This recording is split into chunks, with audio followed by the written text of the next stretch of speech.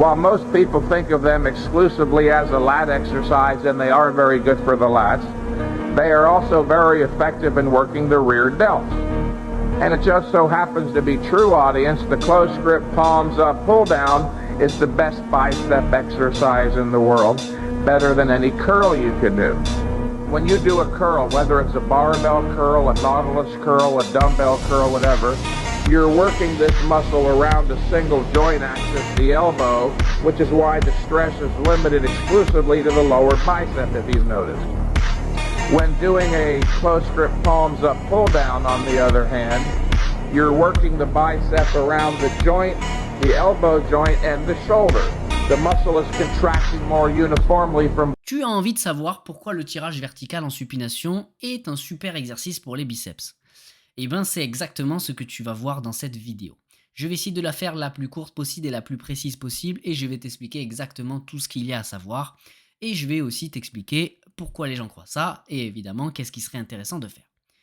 Reste jusqu'au bout, si ça t'intéresse n'hésite pas à lâcher un commentaire. Je commence cette petite série de vidéos parce que j'explique souvent tout ça dans mes stories sur Instagram, sur Dandy Coach. Et j'écris beaucoup, c'est pas très lisible. Donc voilà, je préfère faire une petite vidéo, au moins vous avez des représentations, c'est plus clair pour tout le monde et vous avez surtout le temps de tout comprendre et de tout lire. Merci à tous de vos retours et surtout, bonne vidéo. Très bien, pour commencer déjà, notre but c'est de déjà comprendre si le tirage vertical ou la traction travaille exactement le biceps. Ce qu'on va devoir comprendre ici, c'est que si un monsieur par exemple, comme on a comme schéma ici, doit travailler son biceps, le but c'est qu'il bouge son avant-bras, parce que c'est l'avant-bras qui contrôle l'activité du biceps. On va faire un peu simple. La flèche verte que vous avez en vertical, c'est la résistance de base, d'accord, la gravité. Donc l'haltère que j'ai en point rouge au bout de ma main, eh bien, soumis à la gravité. Donc pour faire une résistance, j'ai besoin de monter mon avant-bras à l'inverse de cette résistance. Donc c'est le chemin rouge que je vais devoir faire. Jusque-là, normalement, on est bon. Ensuite, si je vous montre du coup le trajet parfait pour contracter mon biceps, ça ressemblerait à quelque chose comme ça. C'est-à-dire que c'est un mouvement circulaire. Mon violet, c'est un point fixe, donc si je veux bouger mon avant-bras, je bouge autour de mon axe de rotation violet. Évidemment, si je veux donc une résistance parfaite opposée à ça, qu'est-ce que je vais devoir faire? Je vais devoir faire une flèche qui est complètement à l'opposé de la flèche rouge que je viens de dessiner, c'est-à-dire que je pars d'en haut, je descends et je fais un arc de cercle aussi. Ça, c'est très simple et tout marche absolument comme ça. C'est-à-dire que vous avez juste à analyser le trajet musculaire, d'accord? Par exemple, pour contracter mon biceps, normalement, n'importe qui peut comprendre que j'ai besoin de faire ça et ça. Je comprends que ça fait un arc de cercle et qui vient dans ce sens pour contracter. Donc moi, je dois juste avoir une résistance qui fait le trajet opposé. C'est ce qui va différencier des exercices à tension continue et à pas tension continue. Très bien, ça c'est mon premier schéma. Ensuite, on va passer du coup sur un deuxième schéma qui, cette fois-ci, représente un tirage vertical. Très bien, déjà sur cette partie du dessin, ce qu'on peut remarquer, c'est donc je vous ai fait un tirage vertical en position basse et un tirage vertical en position haute. Ici, on observe donc que ma courbe de la résistance, entre guillemets, qui est verte du coup, ici va être complètement inversée à ce qu'on avait avant, d'accord? Et par rapport à mon mouvement et à ma position, si on observe bien, on voit qu'en fait mon mouvement, le mouvement que je suis censé faire, c'est donc, imaginons dans cette position ou dans cette position, pour engager mon biceps, en réalité j'ai besoin d'aller vers moi, d'accord? Et ici, j'ai un mouvement qui va de haut en bas. Donc en fait, il n'est pas dans le même sens que ce que je voudrais pour activer mes biceps. Si on dessine la totalité du mouvement possible sur mes biceps, ça va donner quelque chose comme ça. Et c'est ça qui est un peu intéressant quand même. Ici, donc mon bras, je peux le tendre jusqu'ici en bas. Donc ça va nous donner un arc de cercle comme ceci. D'accord? Vous voyez, c'est le même dessin. Là, je représente la même flèche que j'ai réalisée à gauche. D'accord? Par contre, sur une position de bras étiré, c'est-à-dire que je ne peux pas aller plus loin. On est d'accord, hein, le coude ne peut pas se retourner. Donc je ne peux pas aller plus loin que ça, donc ça veut dire que si je continue mon mouvement, en réalité mon mouvement, il ressemble à quelque chose comme ça. C'est exactement la même flèche, sauf que cette fois-ci, vu que j'ai le coude qui est plus haut, le mouvement, c'est pas le même. Ici, je peux aller jusque là-bas derrière, alors que quand je suis là, vous voyez bien que je ne peux pas aller plus haut que ça. Finalement, c'est exactement le même mouvement que je représente. La différence, c'est la position de mon coude au départ. Et c'est là où ça commence à être un petit peu intéressant. Si on regarde le trajet total de mon muscle, on observe que la flèche redescend vers le bas. Et si j'observe seulement cette partie-là de la flèche, hop, je vais vous l'encadrer en vert, cette partie-là de la flèche et cette partie-là de la flèche, qu'est-ce que je vous ai expliqué au début? On l'a vu sur le premier schéma, il faut que les deux flèches soient totalement opposées. Et en réalité, on observe que ces flèches sont opposées sur une partie du mouvement. L'action du mouvement qui opposerait cette action-là, ce serait justement d'amener la main vers moi. D'accord? Ça, c'est le premier point qui va être intéressant. Ça signifie que souvent, très souvent, quand on va être sur un tirage vertical, personne ne va garder les avant-bras complètement verticaux. Et en fait, ce qui va se passer, il va se passer ça. il va se passer que même si je descends mes mains droites par rapport à la longueur de mon bras, même si je descends mes mains droites, je vais avoir les coudes qui avancent. Et si les coudes avancent, ça veut dire que mon avant-bras se désaxe. Et ça signifie qu'en réalité, j'ai un léger mouvement de flexion où mon avant-bras cherche à descendre vers mon épaule, ou cherche à descendre vers l'arrière, entre guillemets. Souvent, ça ressemble à quelque chose comme ça, et après, je vais avoir un mouvement comme ça. Et si on regarde, c'est pas un mouvement complètement vertical. Il pourrait l'être, mais on va dire sur un standard, il n'y est pas. Donc c'est pour ça qu'on pourrait avoir un très léger engagement des biceps, mais ce qu'il faut regarder, c'est qu'on a bien vu que notre flèche, elle est complètement circulaire, et la flèche verte ne l'est pas. Ça veut dire que pendant la durée du mouvement, entre guillemets, il y a franchement une microphase où ton biceps peut être contracté. Et ça, c'est ce qu'on va observer sur le tirage vertical. Pourquoi c'est important? Parce que sur un tirage vertical, ce qu'il faut comprendre, c'est que vu qu'on tient une barre, c'est mon avant-bras qui est maître, entre guillemets, du mouvement. Parce que la résistance est accrochée sur mon avant-bras. Comme on l'a vu sur les biceps. C'est exactement le même fonctionnement pour les biceps. C'est-à-dire que le biceps, dans tous les cas, à partir du moment où j'ai la charge qui est dans ma main, pour activer mon biceps, j'ai besoin de fléchir le bras, fléchir l'avant-bras. D'accord? Et ça, c'est le plus important, ce qu'il va y avoir à retenir. Maintenant, on va avoir une deuxième chose. On va parler des tractions. Et donc là, je vous ai fait le même dessin, mais qui cette fois-ci parle finalement d'une traction. Et là, vous voyez bien qu'il y a une grosse différence. Déjà, la grosse différence, c'est que le point fixe et le point mobile, c'est pas du tout le même. C'est-à-dire que le point mobile, tout à l'heure, on a dit que c'était la charge qui était accrochée sur ma main pour travailler mon biceps. Ici, la différence, c'est que le point mobile, c'est moi. Ça veut dire que ça, c'est mon point fixe et ça, c'est mon point mobile. Et en réalité, si je fige ça et que je rapproche mon épaule de ma main, je fais quand même une flexion du coude. Donc en réalité, je travaille quand même mon biceps. Et c'est là où ça change tout. Parce que quand on regarde la flèche verte, on voit que déjà la résistance, elle est inversée. C'est-à-dire que là, mon but, c'est pas de tirer. Là, mon but, c'est moi. Alors, c'est de tirer, mais le but, c'est que c'est moi qui monte. Et donc, comme j'ai expliqué, flèche rouge, c'est moi qui dois monter pour contracter mon biceps. Flèche verte, c'est elle qui est à l'inverse. Alors, les deux flèches sont inversées, donc c'est super. Si on dessine la totalité de la flèche rouge, c'est le même principe que tout à l'heure. On décide que mon avant-bras, alors ma position étirée, c'est celle-ci, et ma position contractée, en réalité, ça vient faire quelque chose comme ça. Ouais. Même principe que ce qu'on a vu là, c'est un arc de cercle qui fait la même chose. Ok. C'est pour ça que, entre guillemets, sur une traction, finalement, presque toute l'amplitude du mouvement va être intéressante. C'est pour ça que déjà, une traction est beaucoup plus intéressante pour travailler les biceps.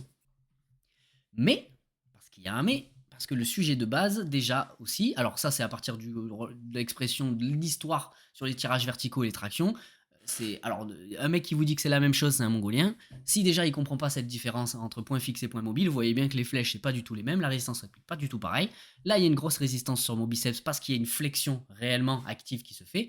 Ici il n'y a pas du tout de flexion active parce que mon avant-bras il cherche jamais à se ramener vers l'épaule. Okay. Même s'il vient vers l'épaule, c'est pas une flexion active qui se passe parce que la charge est au bout de mon avant-bras et mon avant-bras reste toujours vertical. Très important. On va parler juste de cette idée on va dire de double point. Quand je pars sur mon biceps, en réalité, il s'attache au niveau du coude, mais il s'attache aussi au niveau de l'épaule. Je vous refais un bonhomme rapidement. On a dit qu'il s'attachait donc au niveau du coude. Hop, donc c'est-à-dire que mon biceps me sert en fait à fléchir, étendre le bras, on l'a expliqué tout à l'heure, mais en réalité, il me cherche aussi à monter et descendre le bras. Okay, parce qu'en réalité, il est attaché sur 2 points pour que le muscle puisse, entre guillemets, fonctionner comme il faut. Donc, dans leur idée, ce qu'on essaie de faire, c'est se dire, ok, c'est un super exercice. Pourquoi? Parce que c'est un exercice, en fait, qui va me permettre de raccourcir d'un côté, flexion, et étirer de l'autre. En général, pour développer... En fait, la principale composante d'un muscle, c'est quelque chose qui est élastique, c'est-à-dire que, en fait, plus j'étire pas totalement et plus je ne contracte pas totalement, plus j'ai de capital de raccourcissement, ce qu'on appelle, c'est-à-dire que mon muscle, il a toujours le moyen de travailler, donc en fait, ça lui permet de générer le plus de force possible. Donc ça, c'est un des premiers points, d'un premier argument. C'est-à-dire que plus je peux générer de la force, c'est-à-dire que du coup, techniquement, je pourrais générer plus de tension et donc développer plus de masse musculaire. À partir de ce moment-là, déjà, ça marche pas très bien parce que c'est pas parce que tu génères déjà le plus de force possible que tu auras déjà le meilleur développement musculaire, de 1. Et de 2, le problème de cet argument-là, c'est qu'en réalité, un muscle, si je le contracte d'un côté et je l'étire de l'autre, en réalité, il se contracte pas totalement. Et du coup, il ne s'étire pas non plus totalement. Et donc, si on devait représenter un exercice qui ferait exactement la même chose et qu'on sait déjà tous très bien que ça ne marche pas, on parle du squat. Le squat pour les ischios, ce n'est pas du tout un bon exercice ischio parce qu'il se contracte d'un côté et s'étire de l'autre. Donc, à partir de ce moment-là, je vois pas pourquoi ce serait différent pour les biceps. Et on pourrait utiliser une autre façon de penser qui pourrait être aussi que un muscle, si je le contracte pas totalement et je ne l'étire pas totalement, ça s'appelle de l'isométrie. Et on sait tous très bien que l'isométrie n'a pas du tout un très bon facteur d'hypertrophie. Voilà pour tout ça. Oui, salut, c'est Dandy Coach du futur. J'ai ajouté la vidéo entière de Mike Menzer au début en post-prod et du coup j'ai vu qu'à la fin c'est vrai qu'il parlait de raccourcissement. Il expliquait que en fait l'intérêt aussi ce serait de travailler avec sur le deuxième joint au lieu donc comme j'ai expliqué le biceps est biarticulaire entre guillemets. Il va s'activer sur la flexion du coude et sur l'antépulsion. Et du coup, ce qu'il dit, c'est que si tu travailles jamais le biceps en faisant de l'antépulsion, tu développeras pas la partie haute de ton biceps. Alors déjà, première merde dans ce qu'il me raconte, c'est qu'un tirage vertical, la résistance m'amène vers le haut. Okay, c'est-à-dire que c'est pas une action volontaire que je fais. Sur une élévation frontale, c'est une action volontaire de lever le bras. Là, c'est la charge qui me lève le bras. C'est pas moi qui, on va dire, je résiste pour ne pas lever le bras, mais c'est pas la même action. Et dans ce cas-là, il faudrait justement que l'action soit dans l'autre sens. C'est-à-dire que sur une traction, par exemple, en supination, ça marcherait déjà un petit peu plus.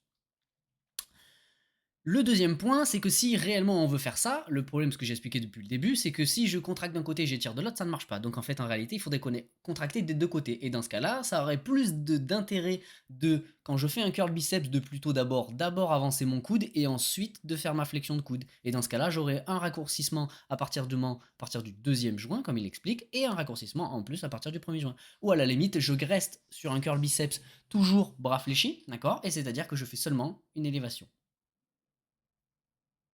En tout cas, ça a beaucoup plus de sens que de faire un tirage vertical. Voilà.